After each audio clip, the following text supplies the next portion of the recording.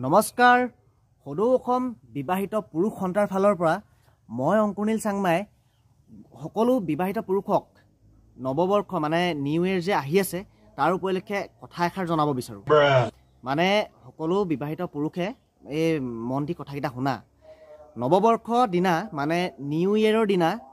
তোমালোকে অধিক মদ্যপান নকৰিবা অধিক আনন্দ উল্লাস নকৰিবা অধিক ফূৰ্তি নকৰিবা কাৰণ সোৱা বছৰটোহে হলনি হ'ব মানুহজনী একে থাকিব পিছদিনা সেই একেজনী মানুহৰে অধীনত তুমি থাকিব লাগিব গতিকে বিবাহিত পুৰুষসকল বেছি আনন্দ উল্লাস ফূৰ্তি মদ্যপান একো নকৰিবা গম পাইছানে একেজনী মানুহৰ অধীনতে থাকিব লাগিব মানুহজনী কেতিয়াও হলনি হৈ নাযায় বছৰটোহে হলনি হ'ব গম পালা ধন্যবাদ